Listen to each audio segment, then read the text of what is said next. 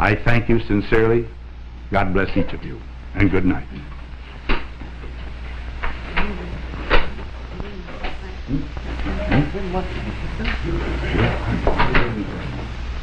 Ladies and gentlemen, you've been guests in the library of the White House on this election eve of 1956. From San Francisco, California, from Chicago, Illinois, from Philadelphia, Pennsylvania, from Houston, Texas, and from Detroit, Michigan, from Springfield, Missouri, and from the White House in Washington, D.C., Citizens for Eisenhower Nixon, an organization of Democrats, Independents, and Republicans united to re-elect Dwight D. Eisenhower, have brought you a victory report on the eve of the election. And it has been an enthusiastic report, as we have all seen tonight, coming from those various parts of the nation which I have just named. 4 more years. 4 more years for Dwight D. Eisenhower and Richard M. Nixon. Remember, tomorrow is Election Day. It's your duty to vote. And now, good night from the White House in Washington, D.C.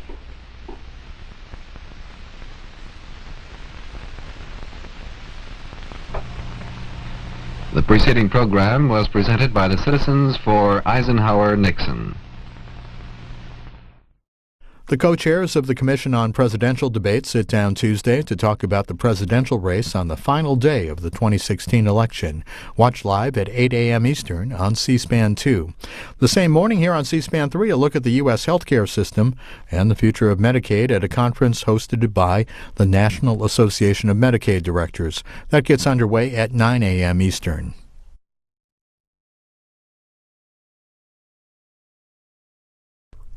C-SPAN, where history unfolds daily. In 1979, C-SPAN was created as a public service by America's cable television companies and is brought to you today by your cable or satellite provider. Now on American History TV, a program produced for the 1964 campaign of President Lyndon Johnson.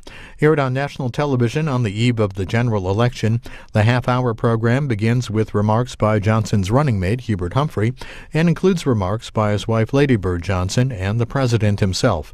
Lyndon Johnson defeated Republican Barry Goldwater in the 1964 election, winning more than 61% of the popular vote and carrying 44 states.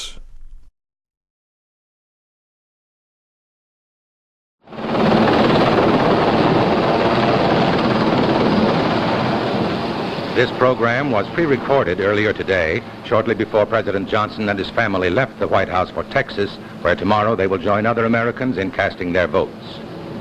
In a few moments, we will visit the first family in the yellow Oval Room of the White House, where he will deliver his Election Eve message. The program is brought to you by the National Independent Committee for President Johnson and Senator Humphrey. The committee, composed of business and financial leaders from all over the United States, was formed to express the collective confidence of its members in the national leadership of President Johnson and Senator Humphrey. Several members of the committee served in the cabinet of President Eisenhower. Many are lifelong Republicans. Others are Democratic and independent voters. They have in common the conviction that the nation needs the continued firm, prudent, and experienced leadership of President Johnson and Senator Humphrey. Ladies and gentlemen, the Democratic candidate for the office of Vice President of the United States, Senator Hubert H. Humphrey. My fellow Americans, the presidential campaign of 1964 is now at an end. It has been long and strenuous, but now the hour has arrived to lay aside our campaign arms, to drop our partisan shield, and to turn our minds to our citizenship responsibility, which all of us must assume as we go to the polling place tomorrow.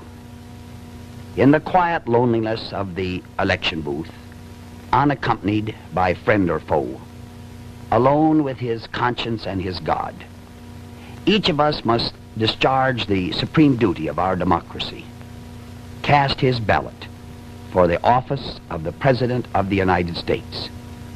When we elect a president, We choose a man whom we must trust with our lives, our fortunes, and our sacred honor. When that choice is made, there is no turning back. The decision is final. And we are not making a decision for the next 4 years alone. The decisions of the President will affect the future of this nation and the world for decades to come. Indeed, the lives of generations yet unborn. We cannot afford to make a mistake. There is no room for error. Almost 20 years of the nuclear age have passed, and the recent upheavals in the communist world remind us once again of the perilous times in which we live. In the world of today, the penalties for error are infinitely greater. And in this new and dangerous world, it is the President of the United States to whom the people of the free world must look for leadership. It is in the hands of our President, the man that we elect, that the hope of progress and of peace is entrusted. If there is to be a better and a more peaceful world, he and we will have to help make it so. There is only one issue, one choice, one overriding consideration that shadows and dominates all the other issues of this campaign. Who can we trust with our security, with our hopes for peace? Yes, with our very lives. We live in an age of unbelievable power. This power can be used for good or for evil. It can be used for peace or for war. The President of the United States, as Commander-in-Chief, has this power at his fingertips.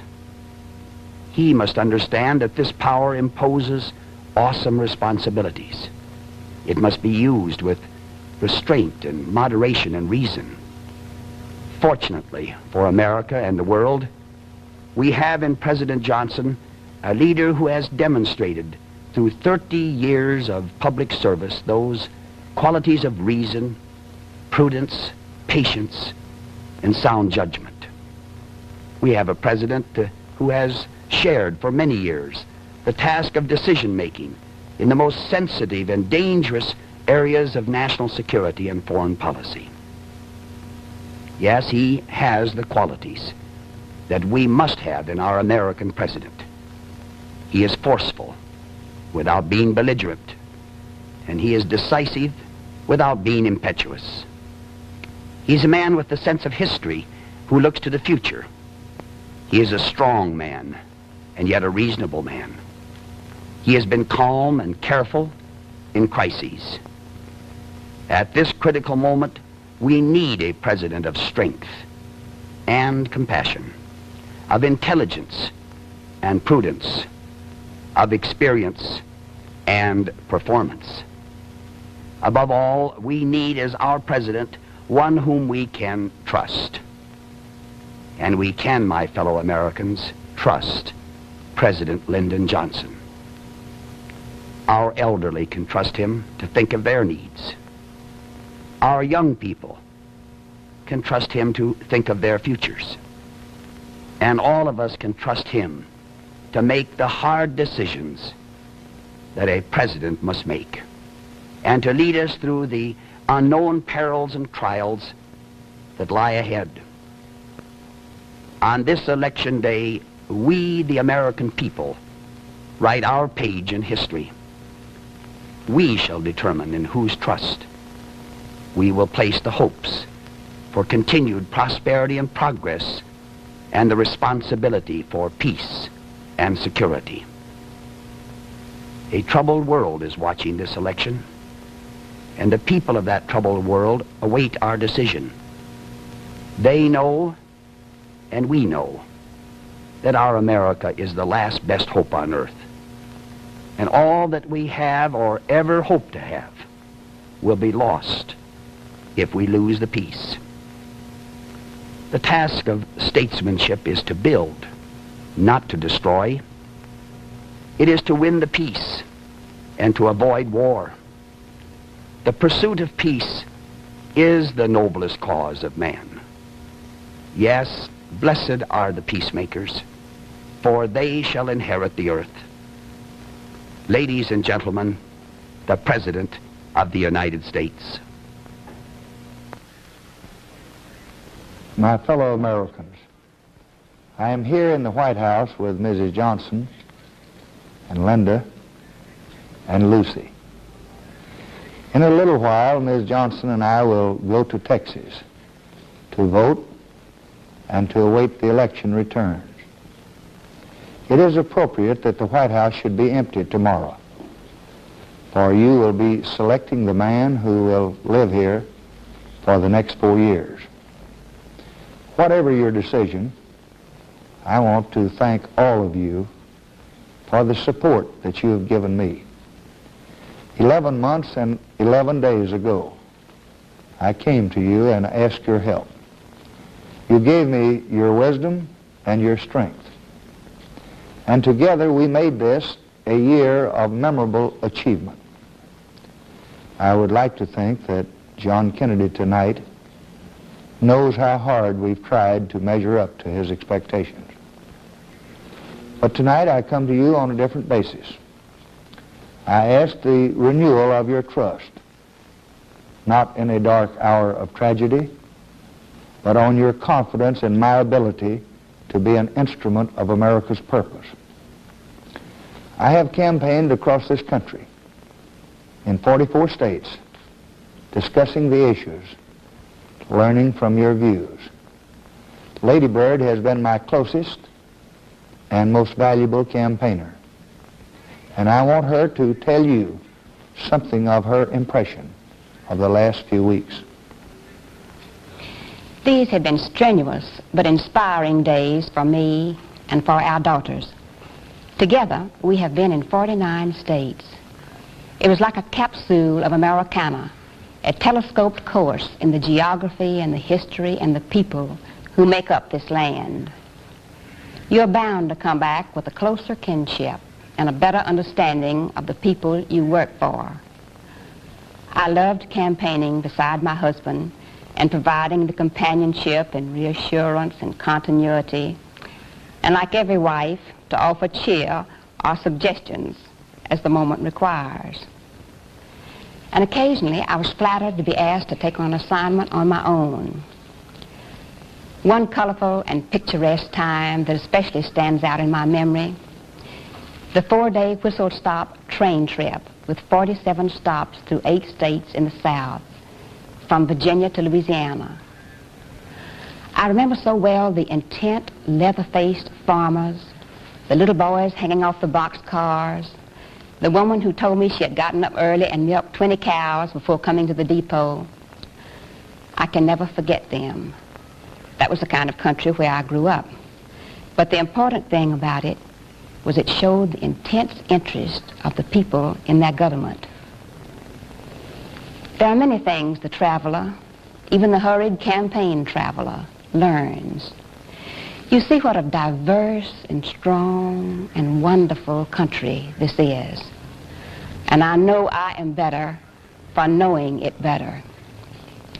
Then you learn that for the most part, these are good times in America, and we want to keep them that way. And you learn that first in the hearts of most of the citizens of this country is a desire to keep America strong and to keep the world at peace. That is what all Americans will really be voting on tomorrow, whether they live in the South or the North or the East or the West. My fellow Americans, Election Day is both a time of renewal and a time of decision. You will renew the most solemn sacrament of democracy, the consent of the governed from which the just powers of government derive. You will choose the President of the United States. We take for granted this right of ours, but what a really remarkable thing it is. Our forefathers established the great experiment of democracy in a world where government by the governed had been extinguished for 2,000 years. Few thought that we could succeed, but we did succeed, and the light of that success now illuminates much of the world. Your privilege of self-government has been granted to only the tiniest fraction of all of those who've ever lived on earth. Your vote is a victory and a vindication for all of those in every age who suffered for the ideal of democracy. Treasure it, take pride in it, and use it. For more than a generation, this nation has held a steady and consistent course. I remember when I first came to Washington 32 years ago, the people who sent me to Congress were poor people. Many were hungry. But I soon saw they were only a few of the victims of a stricken land. Their recovery would only come as the entire nation recovered and grew strong. I watched, and sometimes I helped a little, as America forged in the bitterness of common disaster a new partnership between government and business, and farmers and workers. And I watched and sometimes helped as a compassionate nation built new protection for the helpless and the needy. Those measures have endured these 30 years. Most of all, the principles have endured. Each part of our society, government and private, has accepted its responsibility to work within the framework of the common welfare. In this way, we have increased the abundance of all. Over the years, we have built on these principles. No president of either party has ever renounced them or called for their destruction. They are the basis of our present prosperity. They are our hope for future abundance. I ask each of you to pause for a moment tonight in your homes, with your families by your side, and ask yourself, if these principles have not enlarged your freedom, enriched your life, and strengthened your confidence in your children's future. It is hard to believe that we should now be asked to throw them all away. Yet today they are all under attack.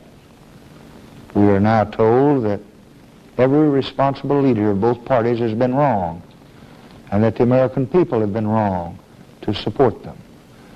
We are asked to dissolve the partnership between government and people. We are asked to cut away the protections for our old and our helpless.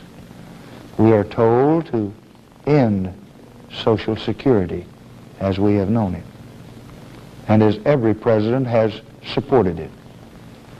Time and time and time again, they have called for a voluntary program. But payments out to older Americans depend on premiums coming in from working Americans. A voluntary program would drastically reduce such payments, since workers would no longer have to pay.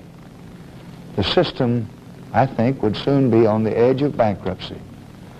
And such a program is simply, I believe, an indirect way to destroy our whole Social Security system. And almost every other program, from TVA to education to REA, is embraced in this unprecedented and wholesale assault. Let us be clear. This is not a return to the past. It is not an effort to even preserve the status quo. It is an intention to shatter the tested foundation of our economy, and it will bring disaster. Nor does this attack on our continuing traditions stop at the water's edge. For much of our history, the office of president has been the center of the nation. 20 years ago, it became the center of this world. In these 2 decades since, 4 presidents of each party have woven the common fabric of America world responsibility. We are now told that in foreign affairs as well, the responsible leaders of the past have been wrong. The American people have been wrong to support them, and the free world has been wrong to welcome our leadership. We are told to regard as fruitless the search for lasting agreements, such as the Test Ban Treaty. We are attacked for our restraint in the use of our mighty power. We are told to ignore or discard the great dream of the United Nations. We are told that tactical nuclear weapons are simply a new kind of conventional explosive. If these views prevail, if we abandon the proven principles of both parties, I have no doubt that our hopes for peace and the cause of freedom will be in serious peril. Let there be no mistake. There is no check or protection against error or foolhardiness by the President of the United States. He alone makes basic decisions which can lead us toward peace or toward mounting danger. In his hands is the power which can lay waste in hours a civilization that it took 1,000 years to build. In your hands is the decision to choose the man that you will entrust with this responsibility for your survival. These are some of the elements of the basic choice that you must make tomorrow.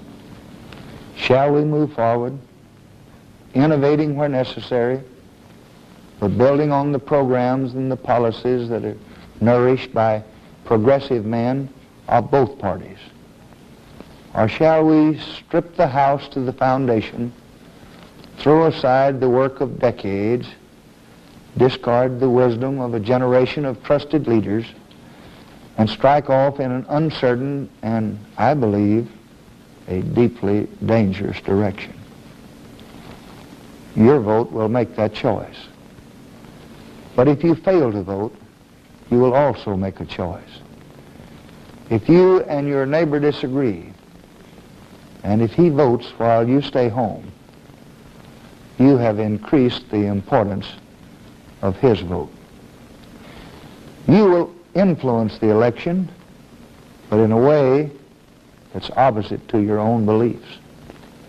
I believe in the importance of a healthy two-party system, but that will be best restored by an overwhelming repudiation of the small minority which has seized the Republican Party and is already planning to keep it. Only a massive defeat can drive from them their places of present power. I wish with all my heart that this had been another kind of campaign. I wish it had been possible to debate the path to our future rather than the wisdom of our past. That future has many challenges. We must work to extend increasing abundance to all of our people. But we have also learned that man does not live by bread alone. The satisfactions of life cannot be measured just by the size of a salary check. Jefferson did not dream, nor Lincoln suffer, nor Roosevelt toil, so that future Americans would live in overcrowded cities without a decent school for his children, afraid to walk his streets, shut off from trees and grass, breathing poisoned air by the side of polluted rivers, fearful that a machine might destroy his security. We have the resources and the knowledge to move away from these dim, threatening valleys into the broad, sunlit uplands of a nation which is fulfilling the values of its past through a search for greatness in its future. Let us tomorrow rise up by the millions and the tens of millions. Let us cast out those views that are so dangerously removed from the real concerns and passions of this exciting time in which we live. Then we can bind up the nation's wounds. We can draw together the men of goodwill, unite those of every pursuit and party. Then we can do battle with the huge army of the world's desires. Then we can go together into that uncertain day already touched with dawn. This will be our choice in our election, in our country. But in Moscow and Paris, in New Delhi and Rio, men will also wait tomorrow. Whether they wish us well or ill, they know that the peace of the world and the freedom of man will rest in large measure on our leadership. What Longfellow once wrote is as meaningful for us today, I think, as it was then. And I hope you will carry it in your memory tomorrow. Sail on, O ship of state. Sail on, O Union, strong and great. Humanity, with all its fears, with all the hopes of future years, is hanging breathless on thy fate. Thank you, my fellow countrymen. Good night, and God bless you.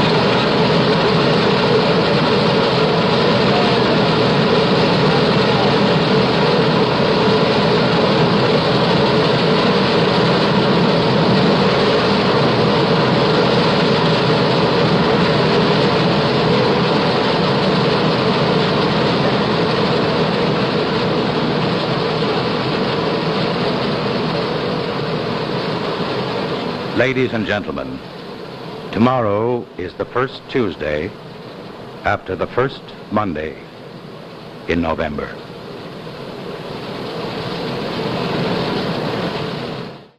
American History TV continues in primetime on election night with a look at victory and concession speeches from past presidential elections. Our lineup includes Ronald Reagan and Jimmy Carter in 1980, Bill Clinton and George H.W. Bush in 1992, and the contested election in 2000 between George W. Bush and Al Gore.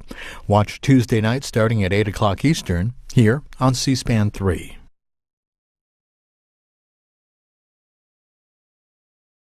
As the nation elects a new president on Tuesday, will America have its first foreign-born First Lady since Louisa Adams, or will we have a former president as First Gentleman? Learn more about the influence of America's presidential spouses from C-SPAN's First Ladies. Now available in paperback, First Ladies gives readers a look into the personal lives and impact of every First Lady in American history. First Ladies is a companion to C-SPAN's well-regarded biography series and features interviews with the nation's leading First Ladies historians. Each chapter also offers brief biographies of 45 presidential spouses and archival photos from their lives. First Ladies, in paperback, published by Public Affairs, is now available at your favorite bookseller and also as an e-book. Road to the White House Rewind brings you archival coverage of presidential races. Up next, it's a program produced for the 1972 re-election campaign of President Richard Nixon. Aired on national television on the eve of the general election, it begins with remarks by the president and includes a review of his daily activities in office, as well as interviews with family members and staff. President Nixon defeated Democratic South Dakota Senator George McGovern in the 1972 general election, winning the popular vote 61 to 38%. This is about 25 minutes.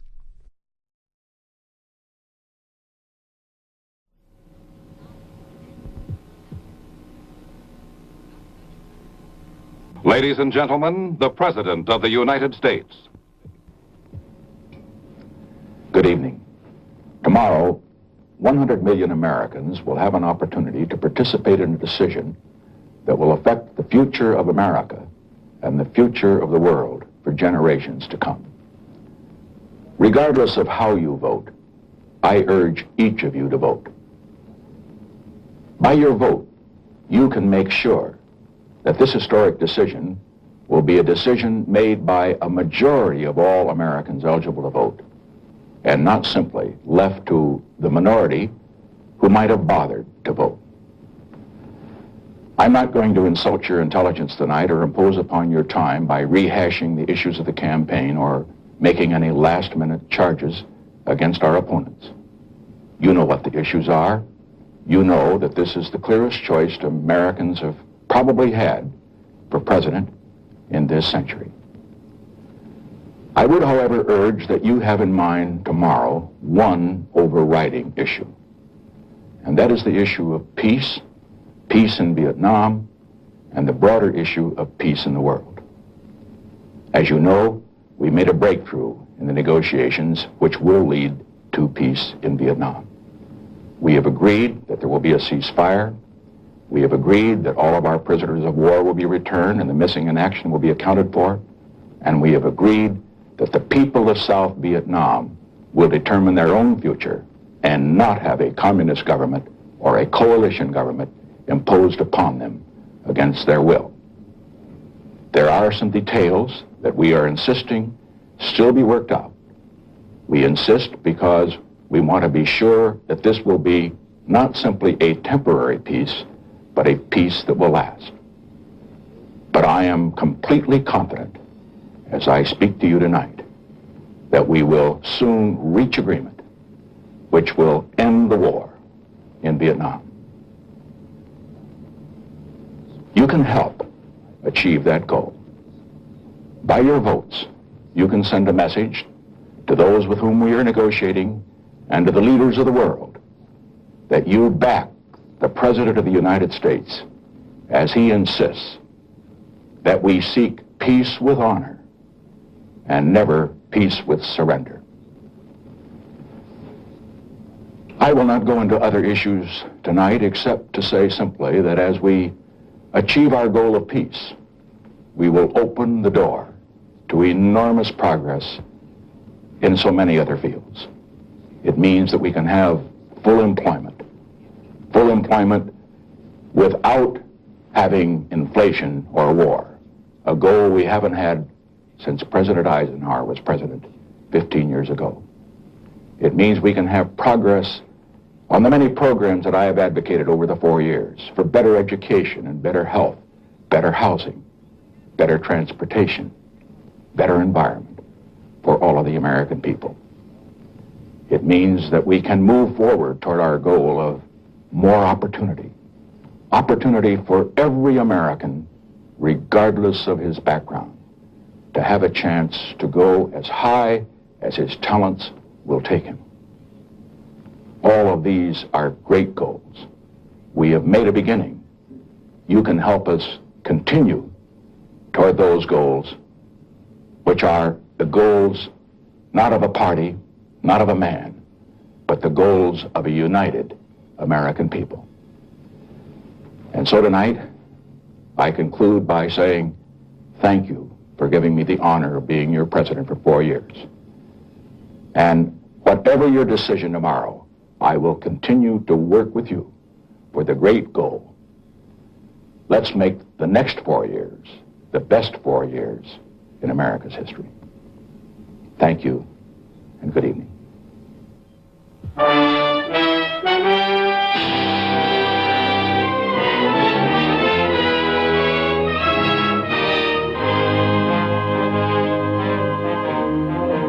There may be more imposing structures than this, but few so loved. In 2 centuries, only 36 tenants have occupied the White House, on temporary lease from that most demanding and generous of landlords, the people of the United States. Here, each in his time has weighed the fateful decisions that have become our history.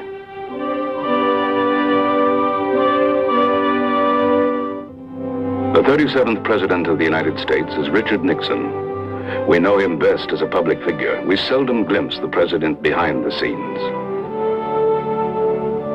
But now we shall take measure of the man as he works, gather insight from those who know him best, see revealed something of the man whose vision guides the nation, whose actions affect the world.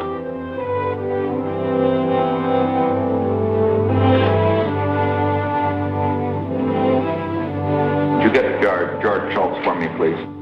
A monetary crisis in England prompts a phone call. In the low-key, undramatic way that is characteristic, he discusses a course of action with his Secretary of the Treasury. Hello. George, on that thing we were discussing this morning, I wanted to be sure that you got off a telephone call, preferably, a message if necessary, to Connolly. Oh, good.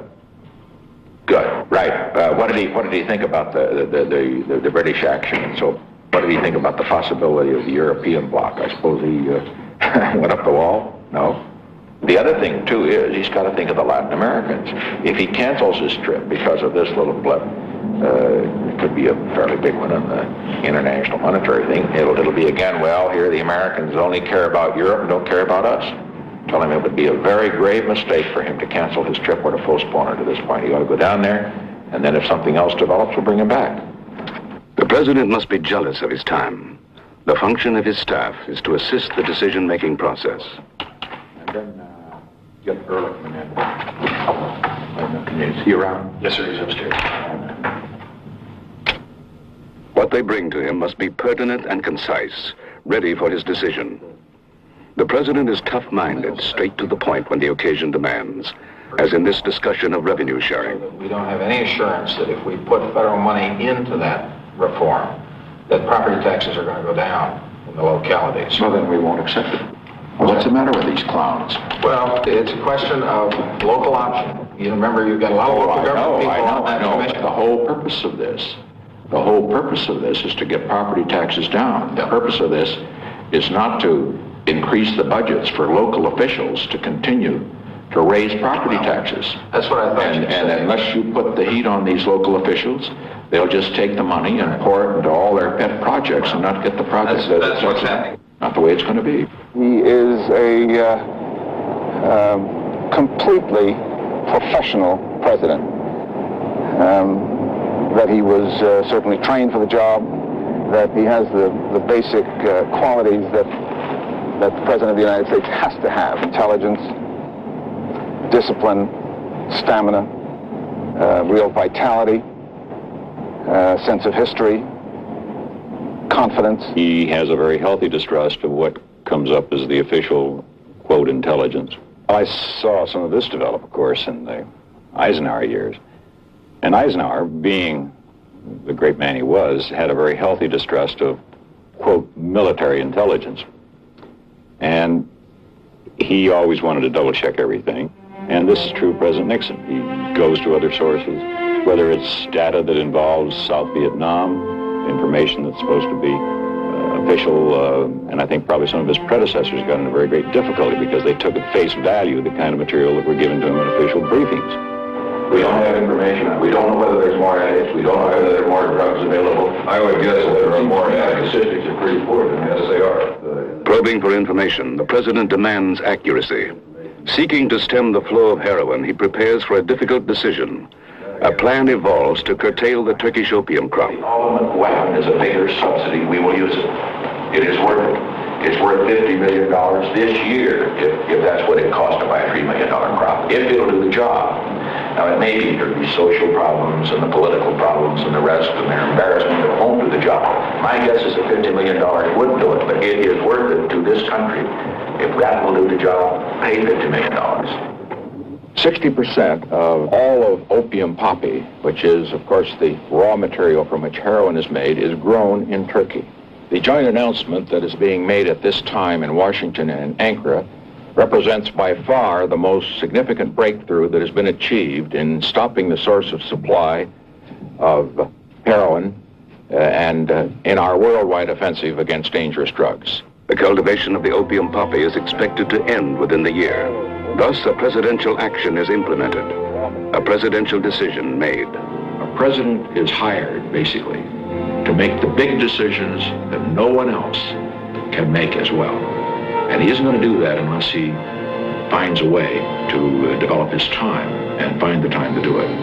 If one staff member had a strong view or one cabinet member had a strong view, I made sure that I had the views of another staff member or cabinet member there as well. And then I go into the quiet, not so much of the Oval Office, maybe to Camp David, maybe over to the Executive Office building where I have a so-called hideaway, and then I finally make the decision there. I'd have to say categorically that never has any man, and it's taken this very unusual set of circumstances, come into the presidency as a better student, in the best sense of that word, of the office of the presidency. As President Eisenhower's special emissary, he became a tireless traveler to Latin America, to Europe, and other parts of the world. He fulfilled many roles: goodwill ambassador, presidential fact finder, negotiator. Teach us some things, and it will teach you some things too. Because after all, you don't know everything. In a visit to the Soviet Union, he engaged the earthy, combative Premier Khrushchev in a famous no-holds-barred debate, which was recorded by American television cameras. Among other things, the Soviet premier accused the vice president of planning to keep the American audience from hearing his words. Nixon stood his ground, assured Khrushchev that Americans had no fear of what he could say. A bargain was struck. A precedent for people-to-people communication was set. And by the same token, everything that I say will be recorded and translated and will be carried all over the Soviet Union. That's a fair bargain.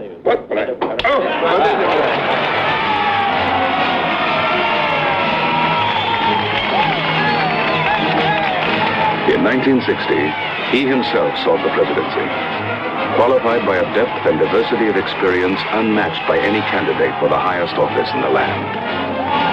But after a meteoric rise, he suffered a major defeat. If this trend does continue, and he does become our next president, that he will have my wholehearted support and yours too. Looking back, I think that being out of office, going through the trauma of defeat and disappointment, nobody has really been defeated until he's been defeated after running for president. But after having been through that, and then to have to come back, a man develops a certain strength in adversity that you never get in success. He works constantly, and whether he's in the automobile or the chopper or the aircraft, or whether he's in Florida or the West Coast or Camp David, he's always working. I think he thrives on work. I think probably it's his only method of relaxation. I think the challenge to him is something that he looks forward to. The solution of it is what really gives him the drive to go on. There are many sides, many moods to this man. Serious-minded, solitary at times. His work has its lighter side. He enjoys people. A memorable evening at the White House honors composer Duke Ellington.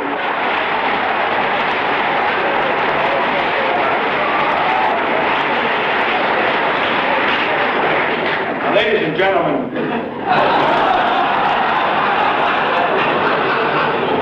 please don't go away. Duke was asking earlier if I would play, and I said I had never done so yet in the White House, but it did occur to me as I looked at the magnificent program prepared for us that one number was missing. You see, this is his birthday. Now, Duke Ellington is ageless, but would you all stand and sing happy birthday to him, and please in the key of G.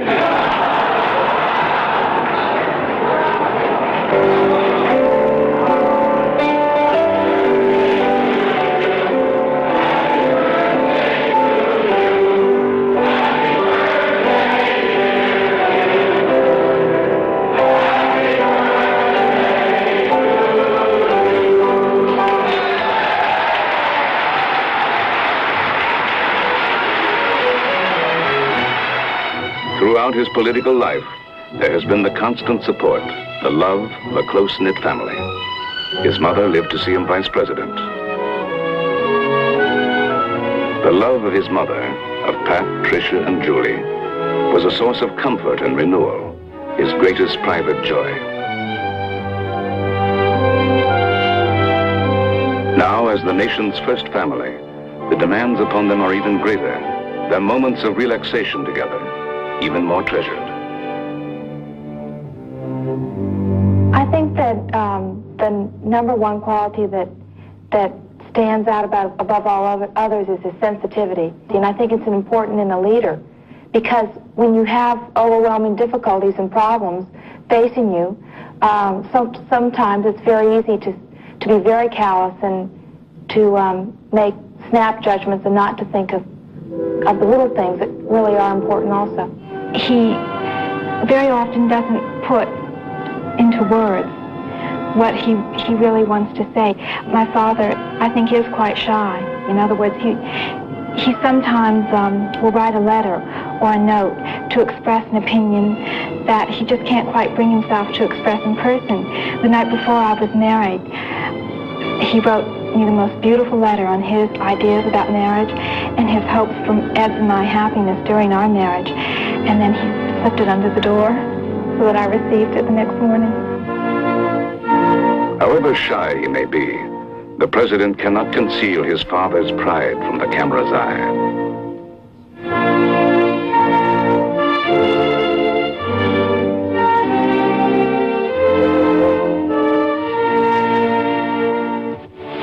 When you take kindergarten kids and put them on a bus for an hour and a half, when they got a school they could walk to 5 minutes away, now that's wrong. It's wrong for the white children, it's wrong for the black children. Massive busing produces inferior education, and education's the name of the game. And the thing we've got to do, John, is to keep it out of this racial fight, because, see, one of the problems with massive busing, instead of, as it was intended to do, to bring people together, you know, and to knock down the racial barriers, it's creating hatred and strife, such as we have seen explode in recent months. There's a study... We simply aren't going to have that anymore. You ought to have a recruiting program at the high school and college level, not just for these symbolistic jobs. We don't want to have basically a White House Mexican, or a White House Negro, or a White House woman, and so forth. That's what everybody else has done. I mean, this whole jazz about the effect of well, there ought to be a woman in the cabinet, or a Mexican in the cabinet, or Italian in the cabinet. That isn't what matters. What matters is that whoever a person is, he's got to feel, whatever his background is, that he's got a chance to come into government and is welcome, because, again, it's for the interests of the country. He was a boy in a family of boys. They were poor. I can remember his telling me one night about, we were on a trip somewhere, and we got talking about the poor. And he said, well, you know, there were in the summer in California, we boys used to work in the tomato fields, and they'd bring tomatoes home. And he said there would be days and days when we'd live on nothing but tomatoes, tomato soup and sliced tomatoes and tomato paste on bread and that kind of thing. And he said, I know what that feels like when you just don't have any money in the family. But the thing that family always had, and that his mother, little woman, but very, very strong, she gave that family, was this very strong sense of conviction, of almost puritanical conviction about what was moral, what was right. And you worked for a living, and you saved your money, and you led a clean life, and so on, and you did things for other people. Well, this has been a kind of a code for him all his life. I want the rest of this century, and then beyond that, to possibly be a time when no Americans are fighting any place in the world. Ending the war in Vietnam is inevitable. It is being ended, and it will be ended. But we must end it in a way that will not plant the seeds for another war. This was the responsibility that I knew was mine. From the time I entered the office, I have had that uppermost in my mind. I, like most of my colleagues, had always been opposed to him and had formed certain images about him. And I found that he was really totally different from the image the intellectuals have of him. He's very analytical, quite gentle in his manner, and I had always had a quite different view. What he was trying to do is pretty well what he's done. Is to get to revitalize our alliances, to get into a new relationship with the Soviets, to begin to feel our way towards the Chinese. I recall when I joined him back in 1965, I was an editorial writer for a conservative paper in the Midwest. I went over to Belleville, Illinois to meet him, and if you'd have told me that day that a few years hence that I would be sitting in the Great Hall of the People in Peking, China, clinking glasses with Joe Enlai while the People's Liberation Army band played Home on the Range, I would have said, you're out of your ever-loving mind.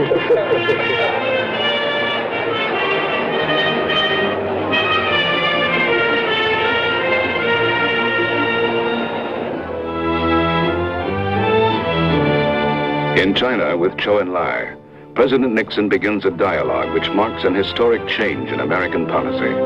A political realist, the president knows that communication with China is indispensable to his grand design, the result of a long, careful planning, of a vision for peace born long ago.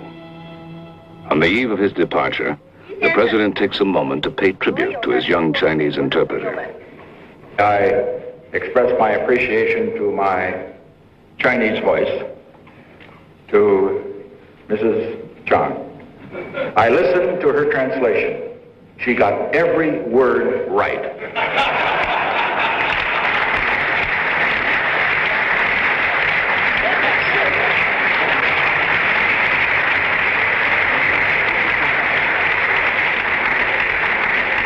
It's a big word, but there's a certain heroic quality about how he conducts his business, because he does it all in a very understated way.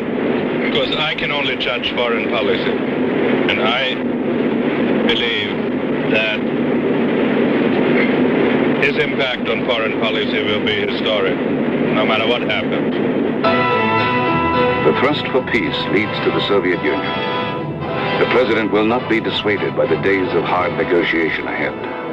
The opportunity to reduce world tension is at hand, and he achieves a breakthrough with agreements in environment, space, medicine, and a trade pact creating new jobs for Americans. But most significant of all, a treaty to limit arms. The president has traveled a great distance. He has reached out across barriers of space and suspicion. He brings home an opportunity for the future, a promise of peace. The president is given full welcome on the floor of Congress.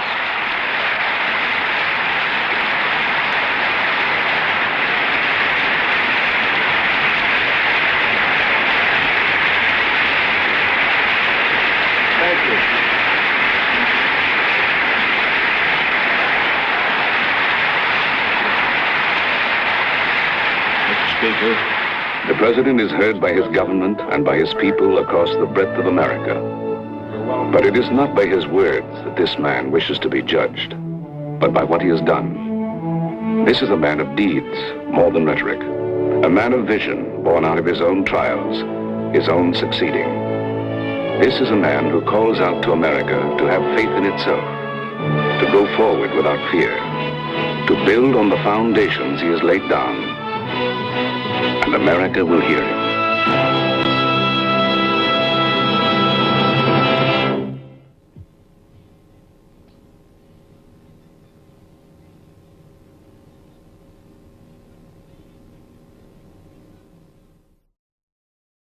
Election night on C-SPAN. Watch the results and be part of a national conversation about the outcome. Be on location at the Hillary Clinton and Donald Trump election night headquarters and watch victory and concession speeches in key Senate, House, and governor's races, starting live at 8 p.m. Eastern and throughout the following 24 hours. Watch live on C-SPAN, on demand at cspan.org, or listen to our live coverage using the free C-SPAN radio app. Road to the White House Rewind brings you archival coverage of presidential races. Coming up next, we'll show you a program produced for the 1972 campaign of Democratic nominee and South Dakota Senator George McGovern. Aired on national television on the eve of the general election. This half-hour program starts with remarks by former Vice President Hubert Humphrey, and it includes a documentary on Senator McGovern's early life, his time in Congress, and his quest for the presidency. George McGovern lost the 1972 general election to incumbent President Richard Nixon, with Mr. Nixon winning the popular vote 61 to 38%.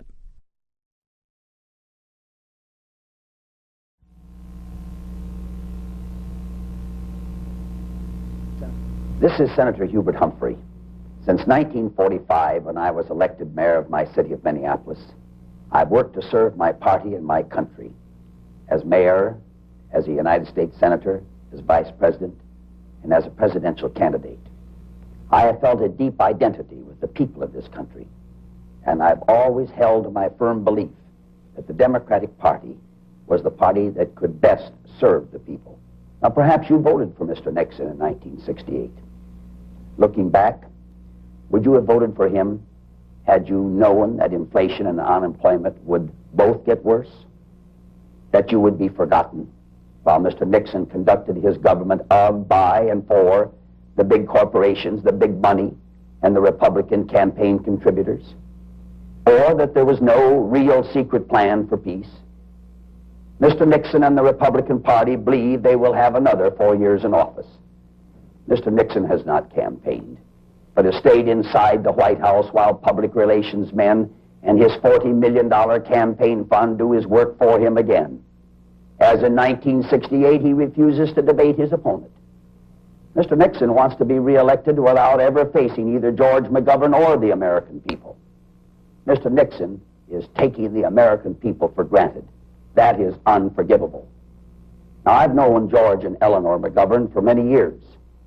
When George McGovern first came to the Congress, well, they moved next door to Muriel and me in Washington. Our children have grown up together. I've known Sarge and Eunice Shriver since the days we worked with President Kennedy to create the Peace Corps, and since we worked with President Johnson to win the war on poverty. I know them, and I trust them.